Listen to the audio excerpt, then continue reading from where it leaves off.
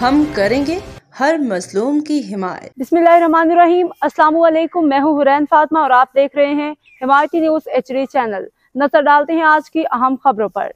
SSP Malir Karachi तैनात होने पे नजर हिमायती की जानिब से डॉक्टर अब्दुल खालिक पीरजादा को दिली मुबारकबाद। कराची हिमायती न्यूज़ प्यारे दोस्त और मेहनती ऑफिसर डॉक्टर अब्दुल खालिक पीरजादा को SSP मलीर कराची तैनात होने पे दिल की गहराइयों से मुबारकबाद पेश की जाती है। डॉक्टर अब्दुल खालिक पीरजादा एक सच्चे ईमानदार और अवाम दोस्त ऑफिसर हैं जिनके साथ हमारे दरीना और खलूस पे मबनी रिश्ता है।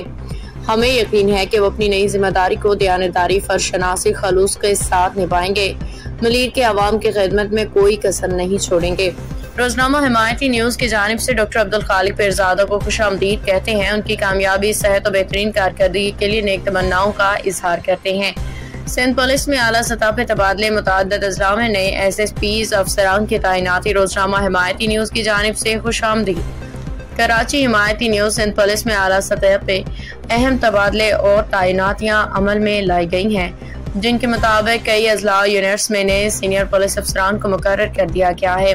तफसीलात के मुताबिक SSP मोहम्मद अनवर खैतरान को special security unit SSU Karachi range में तैनात किया गया है। SSP आबिद अली को टंडू मोहम्मद खान का SSP मुकर्रर किया गया है।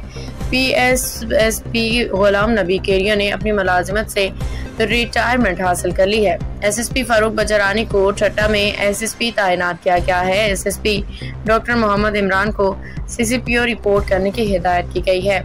साबिक SSP मलीर को SSU कराची में तैनात किया गया है। डॉक्टर अब्दुल खालिक पीरजादा को नया SSP मलीर मुकर्रर किया गया है। अलीना राजपर को SSP सजावल की हैसियत से तैनात किया गया है।